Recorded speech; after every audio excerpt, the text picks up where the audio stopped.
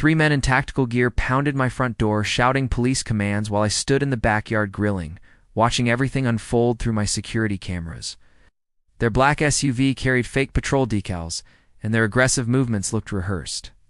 Like they had done this kind of intimidation many times before. They shouted about warrants, obstruction, and immediate entry, trying to force urgency into a situation that clearly didn't match real law enforcement procedures. Through the camera feed, I noticed subtle details that felt wrong. Their badges didn't reflect light correctly, and their formations lacked official coordination discipline.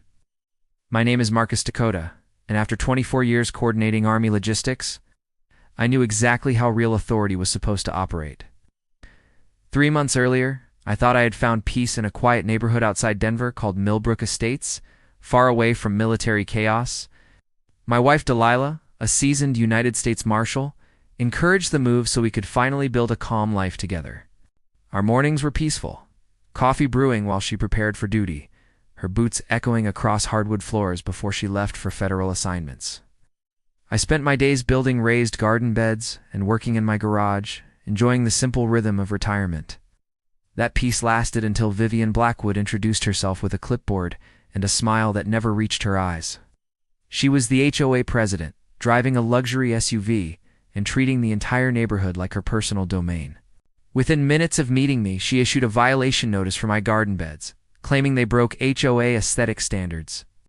The fine was $500, escalating to property liens if not resolved quickly. I read the HOA rules carefully and realized something felt inconsistent about her enforcement patterns across the neighborhood.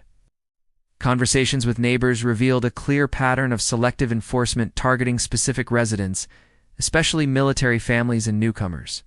Meanwhile, her close allies ignored rules entirely, without receiving any violations or penalties from the association. Delilah immediately recognized the signs of abuse of authority, warning me that people like Vivian often hid larger secrets behind small power displays. I began documenting everything, every violation notice, every conversation, and every suspicious interaction connected to HOA enforcement decisions. My records request uncovered thousands of dollars paid to a company that didn't legally exist in state business records. Further investigation revealed those payments actually went to a private security firm operating under misleading service descriptions. Vivian had been using HOA funds to hire intimidation teams disguised as compliance officers to pressure residents she targeted. When I exposed these irregularities to neighbors, anger spread quickly as more people realized they had been manipulated for months.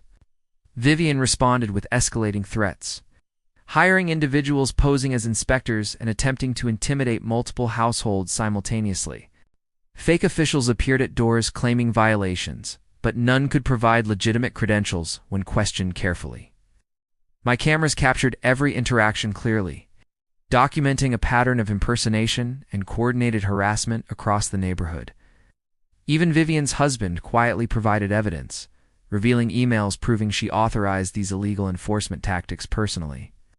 The situation escalated further when she attempted to bribe me with money to leave my own home permanently. That desperate move confirmed she was losing control and willing to take bigger risks to protect her authority. Then came Monday afternoon, when 3 men in tactical gear arrived, claiming to be police officers with a warrant. Their uniforms looked convincing at first glance, but every detail fell apart under closer inspection through my cameras.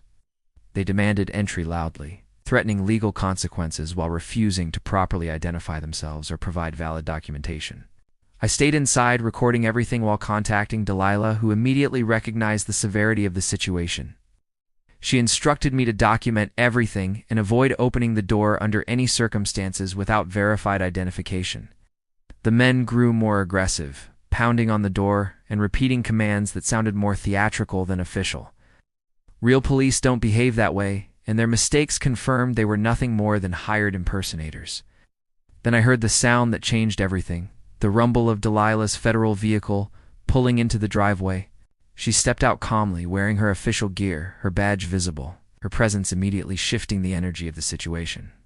The fake officers froze mid-action as she approached them with controlled authority and direct questioning. She asked for identification, department affiliation, and warrant documentation, exposing their lack of legitimate credentials instantly. Their confidence collapsed as they struggled to answer basic questions that real officers would provide without hesitation. I stepped outside, continuing to record while confirming their false claims in front of my wife. Delilah's tone hardened as she explained. Impersonating law enforcement was a serious federal offense with severe consequences. Within minutes, she placed all 3 men under arrest as backup units arrived to secure the scene. Neighbors gathered outside watching the dramatic reversal unfold in real time, phones recording everything. Then Vivian arrived, expecting to supervise intimidation, only to find her hired team in handcuffs. Her confident demeanor shattered as Delilah addressed her directly with formal identification and authority. The moment reached its peak when Delilah announced Vivian's outstanding federal warrant for tax evasion. The crowd fell silent as the reality of her double life became clear to everyone watching. Vivian attempted to justify her actions, but her words carried no weight against documented evidence and federal authority. Delilah read her rights clearly while placing her in handcuffs in front of the entire neighborhood. The sound of those cuffs clicking echoed louder than anything else that afternoon. News reporters arrived shortly after, capturing footage of the arrests and interviewing residents about the situation. I explained the investigation simply, showing how HOA funds were misused to hire impersonators for harassment campaigns. Neighbors shared their experiences, revealing a pattern of intimidation that had gone unchallenged for years. Vivian's husband confirmed concerns publicly, admitting he had warned her about legal consequences before everything escalated. The entire narrative shifted from neighborhood dispute to organized fraud and federal criminal activity. The fake officers faced immediate charges for impersonating law enforcement officials and conspiracy offenses. Vivian was extradited to face her original charges, along with additional crimes uncovered during the investigation. Within weeks, the HOA board was dissolved and replaced through an emergency community election process. Residents finally regained control over their neighborhood governance and financial oversight systems. All previous violations issued under Vivian's leadership were dismissed and removed from official records. The stolen funds were partially recovered and returned to the community through legal asset seizure procedures. Transparency policies were implemented to prevent future misuse of authority within the association. Neighbors who once stayed silent began participating actively in meetings and decision-making processes. The atmosphere shifted from fear to cooperation almost immediately after her removal. Community events replaced enforcement meetings, bringing residents together instead of dividing them. Property values increased as the neighborhood gained a reputation for fairness and accountability. Families who once considered leaving decided to stay and rebuild trust within the community. My role shifted from target to advisor, helping others understand their rights under HOA laws. Delilah used the case as a training example for identifying fugitives hiding within positions of local authority. The evidence we collected became part of multiple legal proceedings beyond just our neighborhood. Media coverage spread awareness about HOA abuse and the importance of proper documentation. Other communities reached out seeking guidance on handling similar situations with corrupt leadership. What started as personal harassment became a broader lesson about accountability and resistance against abuse of power. The security cameras remained active, but now they recorded peaceful daily life instead of confrontations. Children played outside freely, while neighbors shared conversations without fear of violations or threats. The garden I built continued to grow, no longer considered a violation, but a symbol of resilience. Flags flew proudly throughout the neighborhood without anyone questioning their presence or legality. The silence that once felt tense transformed into genuine calm and stability. 6 months later, Millbrook Estates became the community we originally believed we were moving into. Annual events brought everyone together, strengthening bonds that intimidation had previously weakened. The new HOA board operated transparently, ensuring every decision was documented and openly discussed. Residents finally trusted the system that was supposed to serve them. Looking back, the turning point was recognizing that fake authority always collapses under real scrutiny. Documentation, patience, and unity proved stronger than intimidation tactics and manufactured power. Vivian's downfall wasn't sudden. It was built step by step through her own escalating mistakes.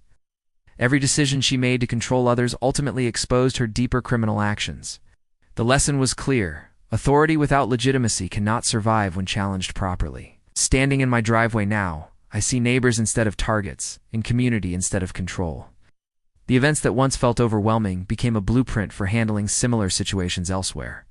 Delilah often reminds me that the best cases are the ones where truth reveals itself naturally. In our case, truth didn't just appear, it forced its way into the open under pressure. And once exposed, it changed everything for everyone involved. What began as intimidation ended as accountability on a scale Vivian never expected.